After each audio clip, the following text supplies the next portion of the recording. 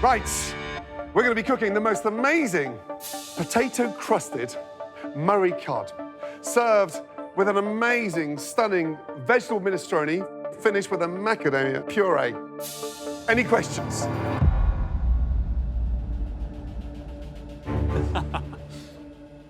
This is something that he's made so many times. He can just bang that dish out. That's really, really different than if you've never seen the dish, heard of the dish, tasted the dish. Are we ready? Yes, chef. A 1 in 3 chance of escaping elimination is in your hands.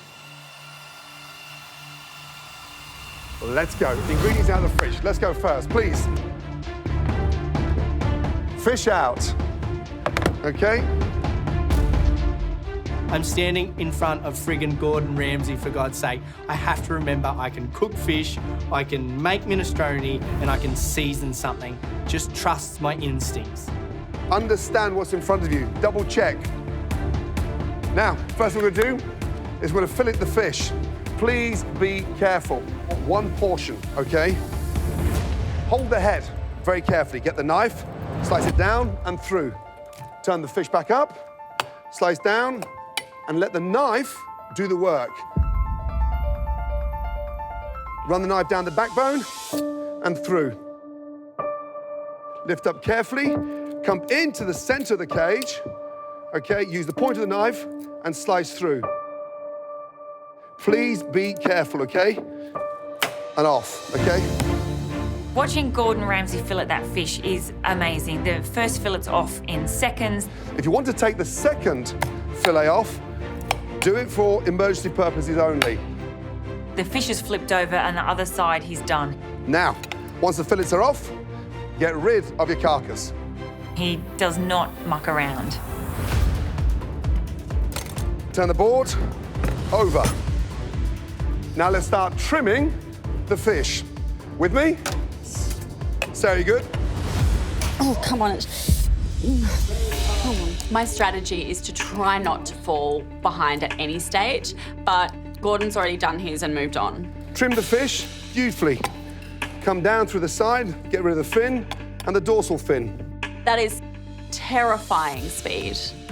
Take off that layer of fat, okay? And then from there, hold the tail of the fish, come through very carefully, hold the skin, and let the knife do the work. Check, you've got the skin off, back down, and check.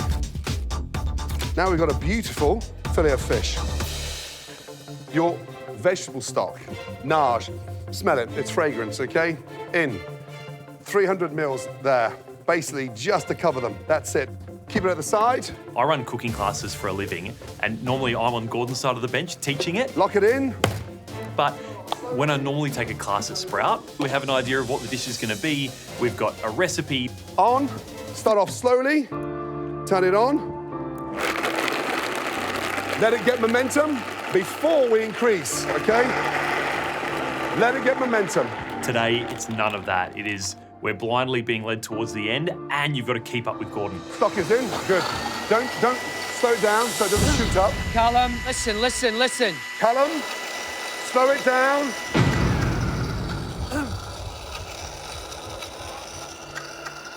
Callum turns his blender on, and I think he's blending it way too fast.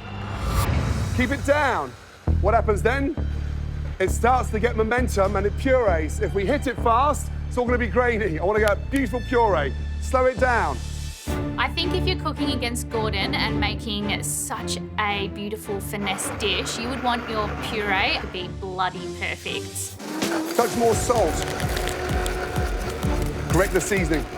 I run to Gordon's bench and have a taste of his macadamia puree, and it is silky, it's smooth, so that texture has to be perfect. If you need to put a little bit more nage in yours to make it smoother, then do it. I have to say I'm a little bit worried about my macadamia puree, but I really need to keep this pace because Gordon is not slowing down for anyone. Now we're going to start with the minestrone. Turn on your gas. Very, very low. Pan on. First of all, start potting your peas. Oh. Peas in. peas in, I can do that. 300 grams of peas in their pod. Start shelling, guys. Yep. Brizzy and Scoop, let's go with the zucchini first. Small size. Look at me. Small size, size. Chef. Small size. In. Linton is doing pretty well in this challenge. He's getting through each of the elements. He's looking pretty cool and calm. Callum, you okay? Callum, I can't hear you, yes? Yes, chef. Thank you. But Callum looks like he's trying out for the track team. You know, he's just sort of running back and forth from his bench to Gordon's. Let's go. Right. Here we go. Take your beautiful red pepper, top and tail. We'll use the whole pepper, guys. He's going to have to really push himself if he wants to keep up with Gordon. Callum, Yes, puree's chef. done, Puree's done, fish chef. done. Fish is done, chef. Good. I'm still shelling my peas, and I look up when Gordon's already onto his capsicum. I've got to catch up here. Listen up. The most important thing about this minestrone, everything's self-contained, so I want the flavour from all those vegetables coming out. We seasoned it lightly. I've got a touch of olive oil in there, okay? And vegetables go in. And we're gently sweating them down. Come on, Callum. Get a pan on the heat. If I don't hurry up and get onto this capsicum, I'm going to fall further behind, and I could be in real trouble. Look up, Callum, look up, see what he's got next. Right. Come on, Callum, keep going, Guys. mate. Keep pushing here, buddy. Clams into a bowl. A nice ploosh of thyme into the clams. Look at me. In. From there, get your garlic and your shallots. Garlic into the clams. Shallot, don't peel it. Cut it in half. Half again, skins on. Done. Don't peel it. Cut in half. Skins on. A nice glug of olive oil over the clams. And now we're going to toast them. Ooh, this is a huge day. I mean, Gordon Ramsay is one of the world's best chefs. People would give their, gold tooth to be here and watch Gordon cook in the flesh. Can we start toasting the clams, please? Yes, chef. Yes? Yes, we can. Let's go. Open. Sarah, open. Yep. Okay. Pan ready. I know how to do that. Pan is ready to start passing the stock. I love setting stuff on fire, so bring it on. Ready? Ready, Yes, chef? chef. Let's go, guys. Clams in. Toast. Hot pan, Linton. This is it. Lid on. Lid on. Pano in.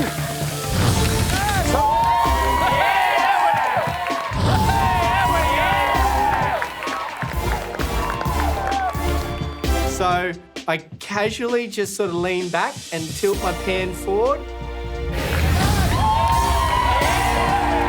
And woof, I'm enveloped with a flame. Lid on. Lid on. Linton's not going to have his eyebrows after that. Linton looks like he's just melted half his face off, but he's still walking around and he's looking, like he's really on track. Yes, chef. Just get it in. Come on, Cal, get it hot. Linton, make sure it's exactly the same as his, yeah? This is critical. If the potato is too thick, it won't stick to the fish. If it's too thin, they'll overcook and it'll just be like mashed potato. One egg white, please. And I mean egg white only, okay? Literally. No shell. Give it a little mix. Create some aeriation. This is the bit, hey? This is the bit. This is the bit. Let's go, guys. Man, I'm heaps nervous for him, mate. I've used my whisk. Come on, guys. Come on, Callum. Create some aeriation. Let's go. I've wasted 30 seconds looking for a whisk that I'd already used earlier, so I need to make up the time here. I'm going to steal Gordon's. Quick, quick, quick.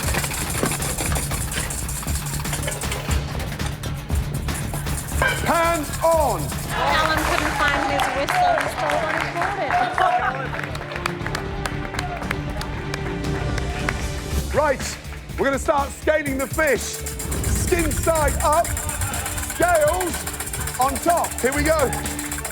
Egg white onto the fish, lightly aerated. Yes, scales on. That was the egg white, chef, on the fish? Absolutely. Thank you, chef. When I worked in this kitchen, there was a version of this dish on, and the potato element in this, we had to do it to order. But even if you look at technique here, he's got, you know, a handful of potatoes in here, and he's putting them out like coins. Yeah. If you're going one by one by one by one, you're going to fall 5 minutes behind. Gordon's already done. That's way more than 10 seconds behind. As I'm getting all my scales on, I look up at Gordon, and somehow, like a magician, the fillet of fish with potato scales is finished, and he's parading it around like it's a bottle of champagne. I have no idea how he did that so quickly and deftly. Oh, Jesus, that looks good. Okay. Thank you, chef. Come on, guys, let's give them a bit of love, yeah? Come on!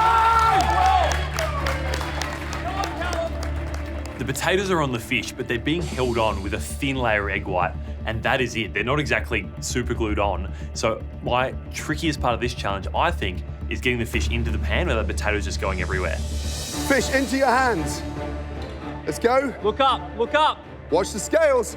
Eyes on Gordon. Fish in, pan on. Yes. Hear the sear and in. In. Do not shake that pan. Let's go. Tip the oil out. Move the handle to 9 o'clock. Go, back over there. Good. Let's go. Jesus Christ. Cheeky? Honestly, hey, you're like my twin brother. Come on. Turn. Come on, guys. Turn. Yes! Come on, Linton. Let's give Linton some love. Come on, Linton.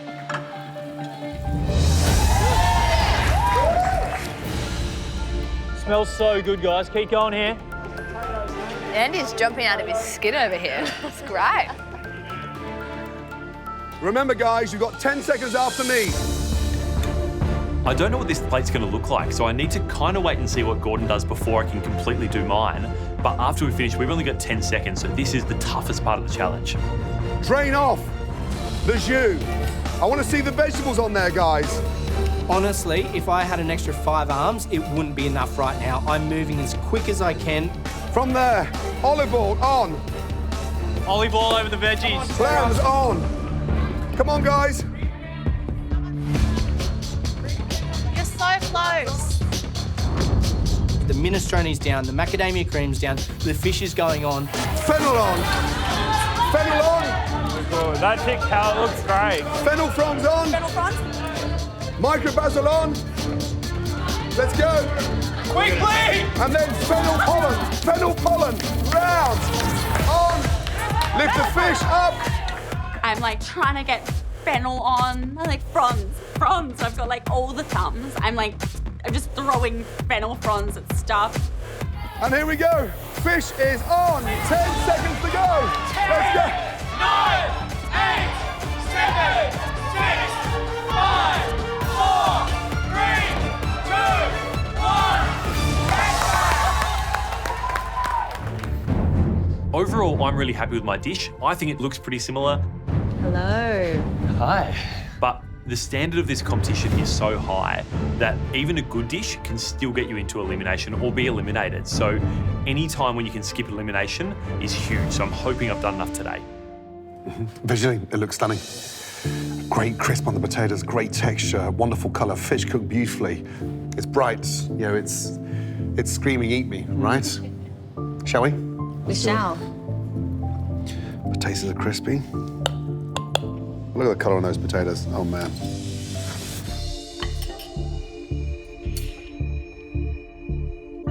It smells delicious, doesn't it? Smells fantastic.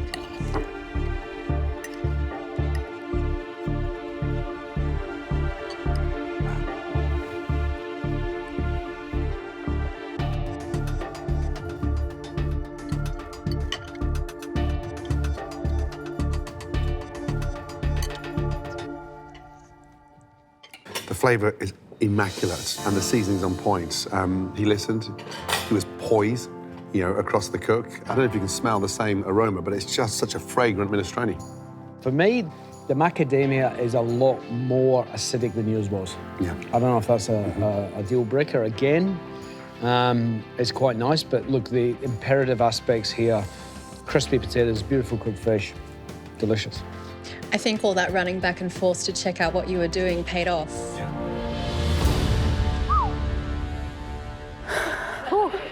Black box.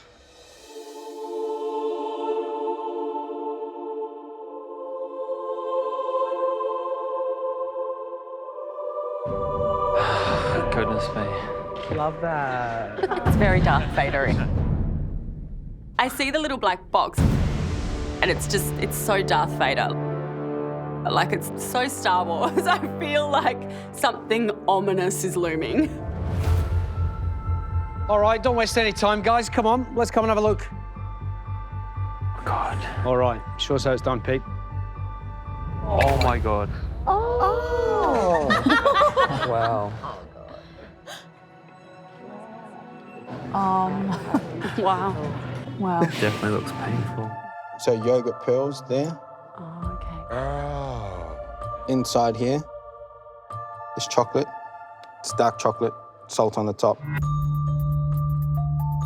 And inside a grilled mandarin puree, there's a citrus isomalt wafer, and then here, some gingerbread, which has been So cute. Thank you. rolled and stamped into those stars. Some candy honeycomb, and some more dark chocolate crumb there. And then this cream right at the base, which seals the box, is mandarin custard. Grilled mandarin custard. And what's the box made of? The box is made of white chocolate Oh, right. with some ash mixed through it to dye it. Simple. Sorry. You guys have got your work cut out for you today. Shall we taste it? Yes, Yeah. please. Okay, so he just tries it. Oh, God, that's yummy. This is probably my favourite dish that I've tried so far this season. It's so well balanced, it's not overly sweet, and that's what I love in a dessert. And the mandarin flavour is amazing. Gut feel, what's the most important bit of this, do you think? That box is the thing that you will see first.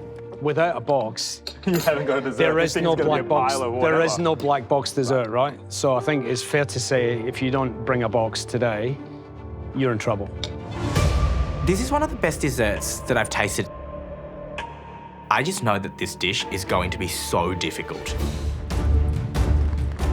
Peter Gunn's black box dessert is definitely one of the best things I've ever eaten. It's just got everything, you know, it's got richness, vibrancy, acidity. It's just magnificent.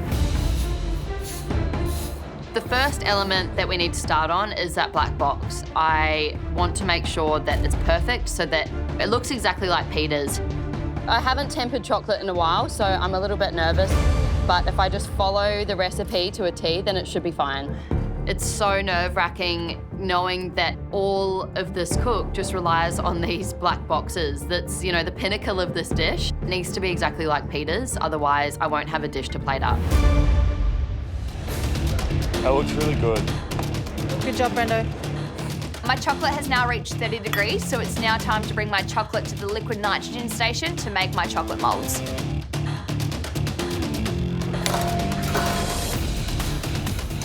I dunk the mould into the liquid nitrogen just to seal it. I pour in my melted white tempered chocolate, swirl it around really quickly, and then re-dunk it back into the liquid nitrogen to set. Let's go, Lozzie, let's go. The next thing I need to do is make my burnt mandarin custard. So I need to char grill my mandarin peel to really get a really nice charred flavour. In the meantime, I'm making a quick custard base, and then I'll add the two together, place them into a water bath at 75 degrees for 20 minutes. I know that Peter Gunn's style of cooking is very technical. He's an absolute perfectionist. I just know how much there is to do, and all I know is that I need to motive to get every single element on the plate. At this point of the cook, I'm feeling really good. I'm on top of all the elements. My chocolate boxes are done. My grilled mandarin custard is in the water bath. And the honeycomb I set aside to cool. So I'm working on my honey yogurt pearls now. Even though physically they're small little pearls, they bring so much to the dish, taste-wise and aesthetically. They're the first thing you notice sort of tumble out of that box once it's cracked. I combine mandarin peel, honey, sugar, water and vanilla bean. And I add the gelatin and some sheep's milk honey, whisk to combine properly and then put into a little squeezy bottle. I need to carefully squeeze the little droplets into the liquid nitrogen to make sure that they don't clump together. That seems to be working well. My little pearls are looking perfect, just exactly like Peter's. Look, doll, happy? Oh, good one, doll. Yeah, they are good. It's now time to start unmoulding my chocolate boxes. This is really oily. Using the dariole to pull the rubber over. Jesus. Oh.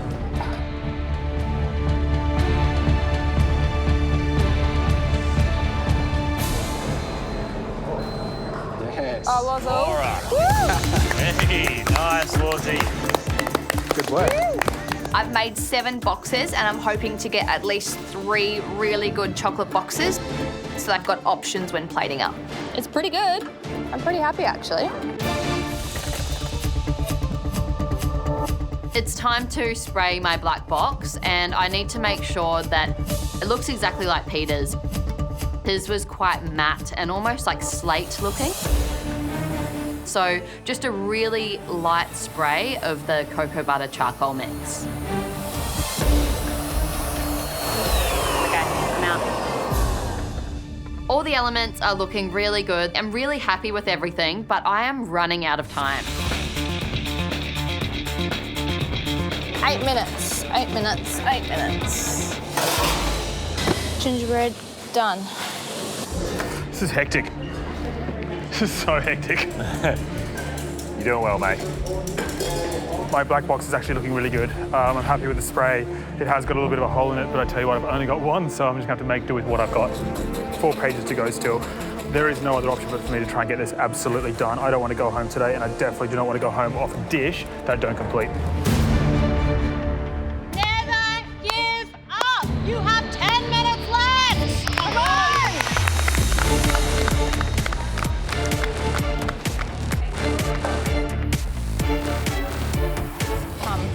The pressure is definitely getting to me right now. I still need to dip my mandarin puree. I need to make my chocolate soil. Over 6 minutes to go. Woo! It is so tense in this kitchen right now. Like the final minutes, I don't know what I'm doing. People are running around. There's people at liquid nitrogen station. They're plating, they're trying to do all this other stuff. It's mental. Like, I don't know if anyone else is like finishing or what they're up to, but all I know is that I still need to finish this dish. This is crazy. 2 minutes to go, and, you know, there's still stuff to do. Honeycomb, that's it. Honeycomb, honeycomb, that's it. I reckon I frickin' might get everything on the plate here. It's quite a possibility. But I can't talk because I've got so much to do. 1 more minute. Guys, you should be getting everything on trays now, ready in the fridge, because there's only 1 minute left. 60 seconds, come on, guys. Quickly, quickly. Brennan, start ticking. Yeah, I'm going. Come on, guys, come on. Gingerbread. Oh my God. Oh my God, oh my God. Double check. Triple check. That's it. Well done, Sarah. Come on, quick. That's it. Bring it home. 10, 9, 8, 7, 6, 5, 4, 3, 2, 1. Get back. I'm feeling pretty positive, you know, I'm really proud of my efforts. I would 100% make this dessert again. It's super cool, the taste is incredible, and just looking at it being cracked open is just like a work of art. Your time starts now. To layer my black box, I put lemon thyme leaves with some rosemary sherbet and the honey yogurt spheres as well as the mandarin segments. I then place my chocolate-dipped mandarin puree in the box. Then my isomalt wafer. I want to create a really clear divide between the two sections. Then I top with my honeycomb and gingerbread, and then pipe my custard over the top.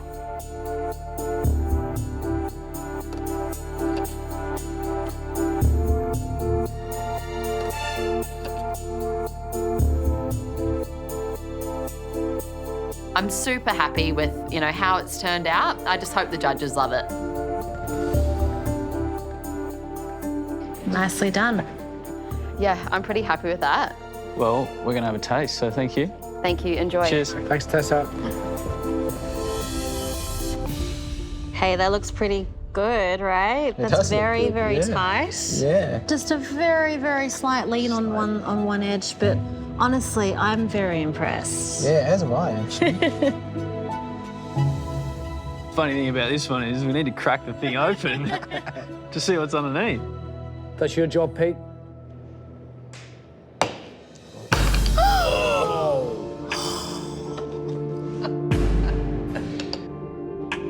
Yeah, it actually looks really great up close. The pearls are, consistent, perfect shape. We try it.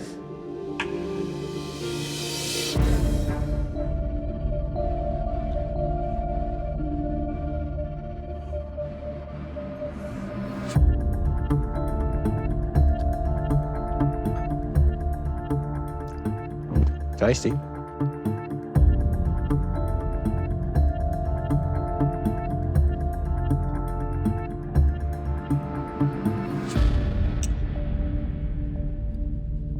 Really tastes really good. I think No, I mean, it does. Everything is mimicking your dish exactly. Flavour, texture, hey, that was really close to your dish. And considering she's never made it before, I think that's brilliant effort. That's it. And I think it's a great technical achievement by her as well. It all comes together well. It feels like it's something that we would serve flavour-wise in the restaurant. Yeah. What stuck out for me when I tasted yours were those ginger biscuits. Yeah. They had such a zing, and for such a small little biscuit, packed so much punch, and that's pretty evident in there too. So.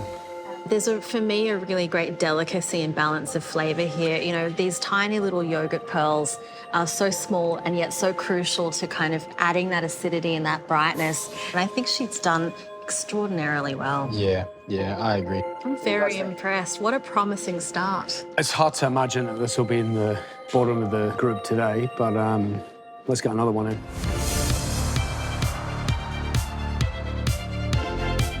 Nicely done. We'll taste. Thank you. Thanks, Laura. Would that fly in Ides? The box would, definitely.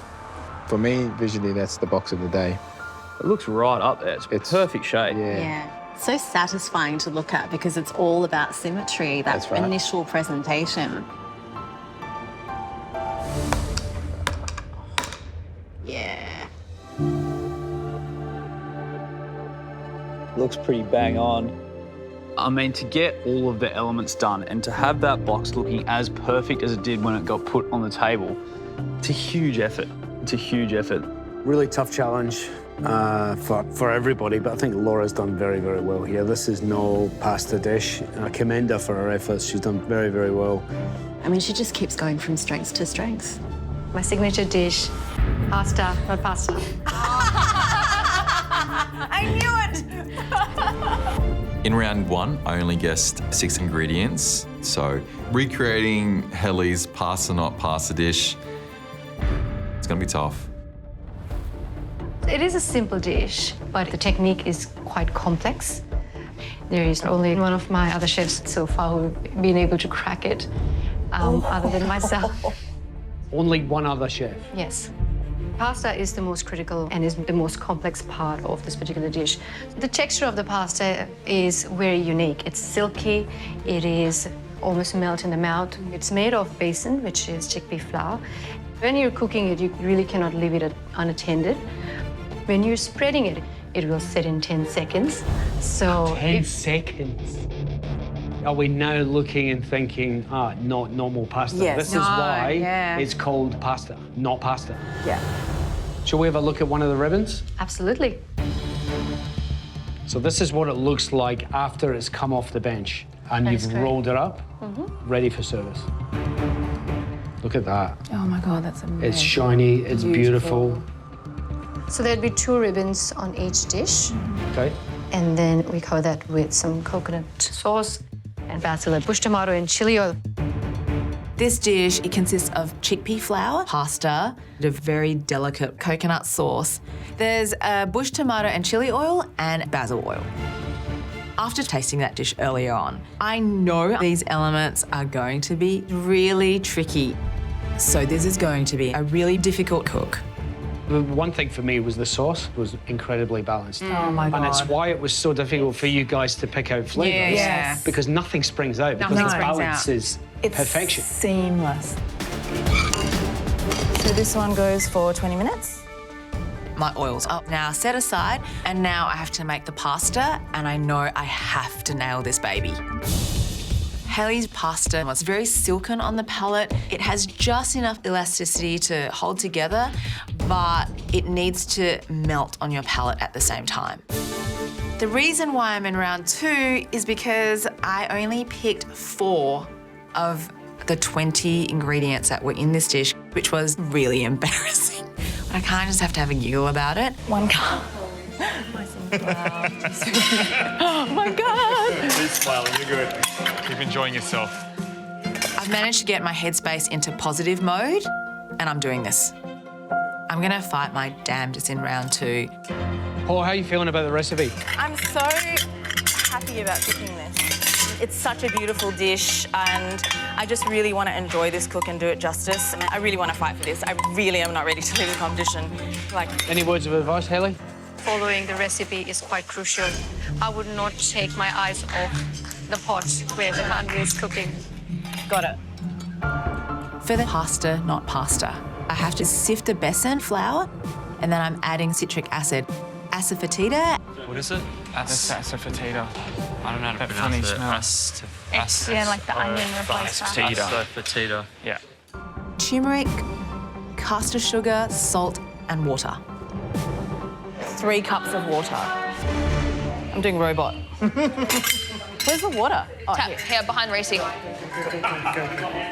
I'm a really messy worker. Yes. You do you, Po. You've already got flour all over you. Have I? Yeah. I blitz it with a stick blender for 30 seconds, and then I pass it through a sieve into a medium saucepan. This is the cooking process, and when that pasta dough is ready, it can be spread on the bench top. Yeah. Oh, Scheißen. Okay. I have to attentively stir this pasta mixture for 20 minutes.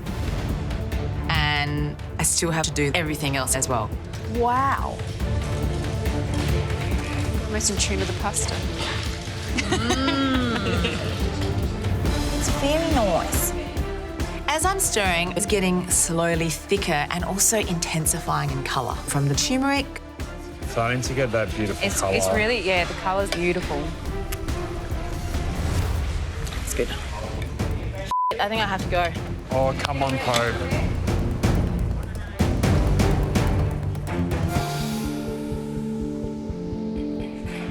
Yeah, it's it. Good one, Po. I've been stirring this dough for 20 minutes and it's ready. So now I need to get this pasta dough spread out on the bench.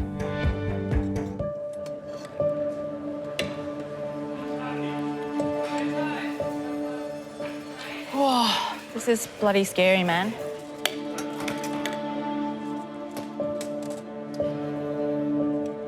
Oh my God. Oh, yes, Po.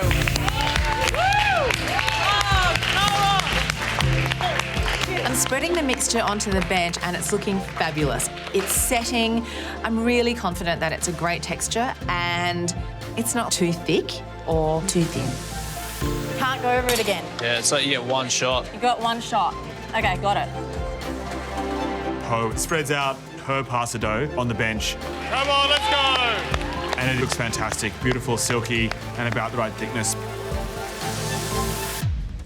I'm adding coconut milk, ginger, curry leaves, and green chilies. Finely chop the chili.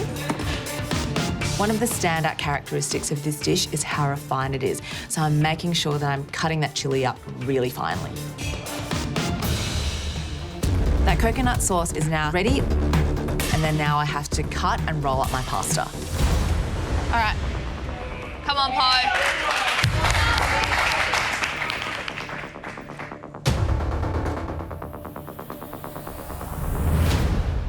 Well done, Po.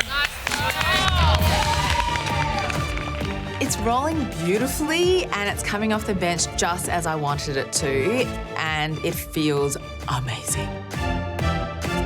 Taste tests are definitely not my thing, but maybe pressure tests are. Who knows? I feel like I've really done myself proud in this cook, but it still boils down to what Hallie thinks of the dish and whether she thinks that I've nailed all those elements succinctly.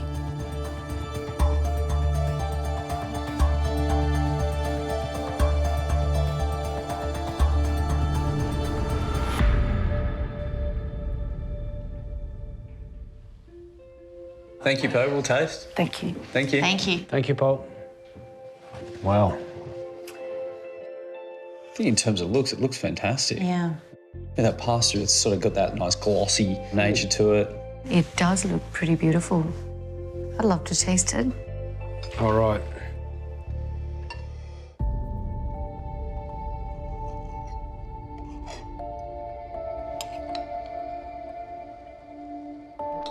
Thank you.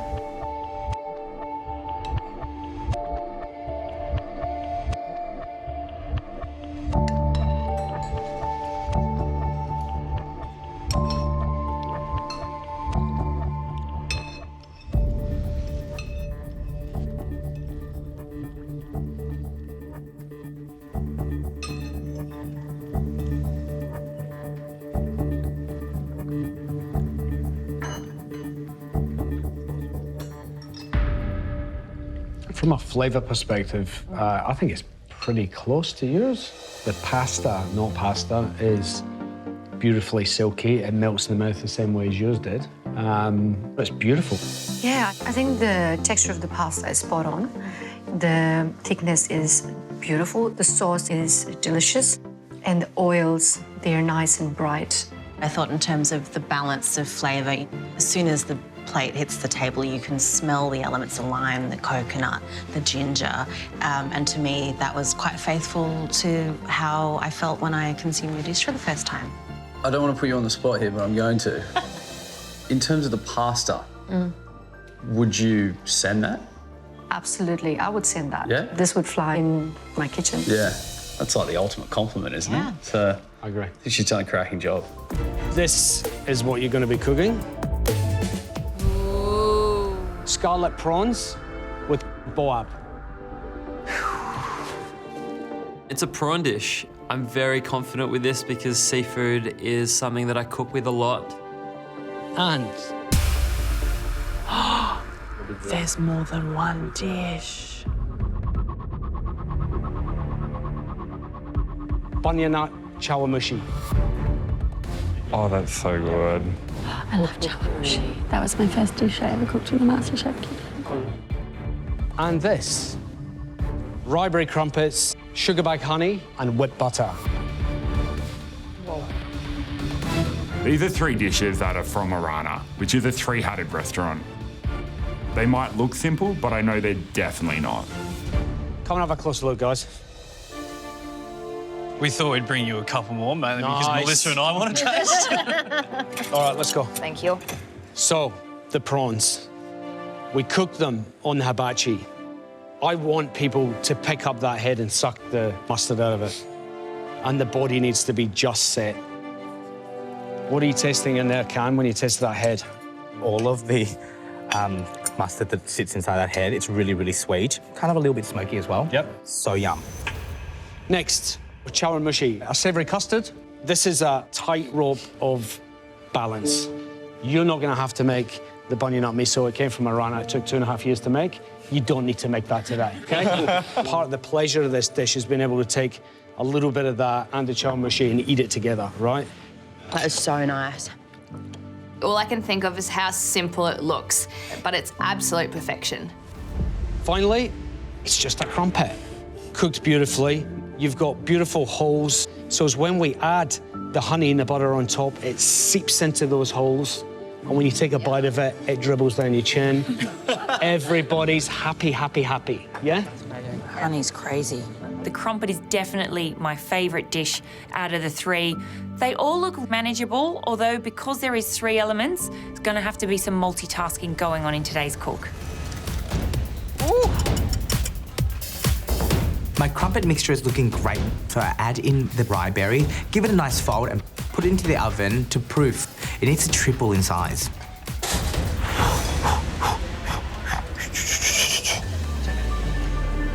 Look at those prawns. Amazing.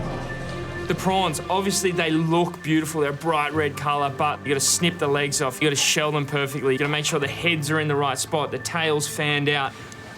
There's a lot going on there. Great job, Tessa. Yeah, Ben, nice work on those prawns.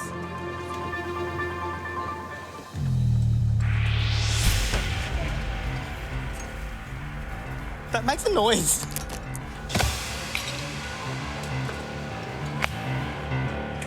Hey, Jock, is that boab dried?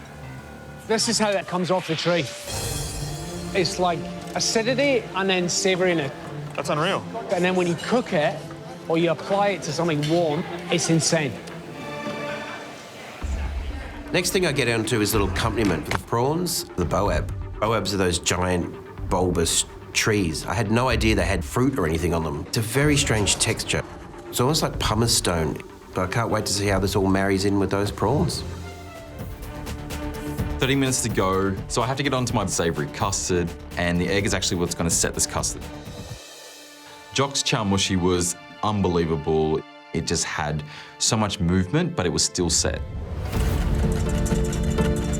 To get the savoury custard to set like Jock's, it's really important that you just get the temperature right because those eggs are very delicate. Overcook them, it'll become lumpy, undercook them, and it won't hold. Good job, Ben. Yeah, that's the way. I look at my mixture and the consistency is amazing. Keep pushing. Last one, Chris.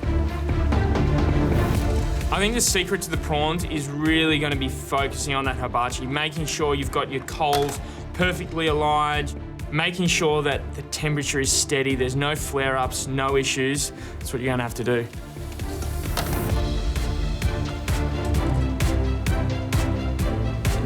Oh, there's a lot of smoke coming off this. Just get that out. Yep. Yep. So it's all about where your charcoal is in your hibachi. Yeah. So you need to push the charcoal to where the heads are going to be because you just want to set the prawn. It's just heating the prawn. I've cooked prawns a million times. I'm just so worried because these prawns need to be cooked perfectly.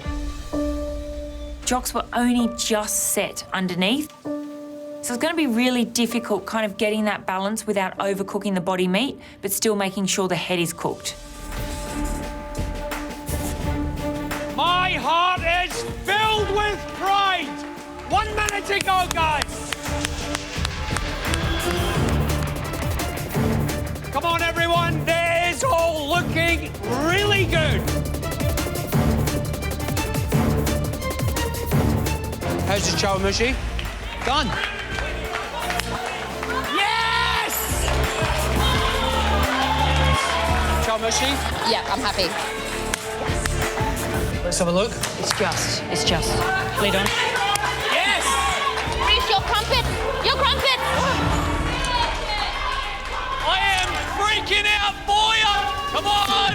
10, 9, 8, 7, 6, 5, 4, 3, 2,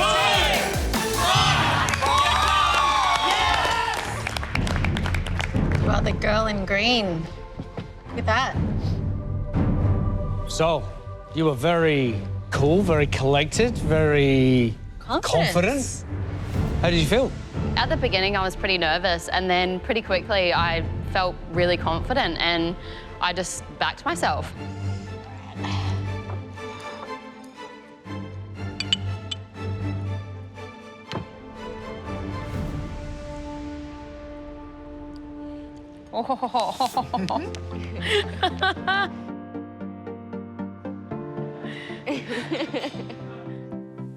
Holes. We have holes. Oh, man. Boom. That is a perfectly cooked prawn. Oh, man. Yeah. Yes. Tessa, confident cooking. Perfectly cooked prawn. And then the crumpets. Holes, perfectly cooked. Really, really solid cooking. Well done. Thanks, well done. Doc. Cheers. What more is there to say?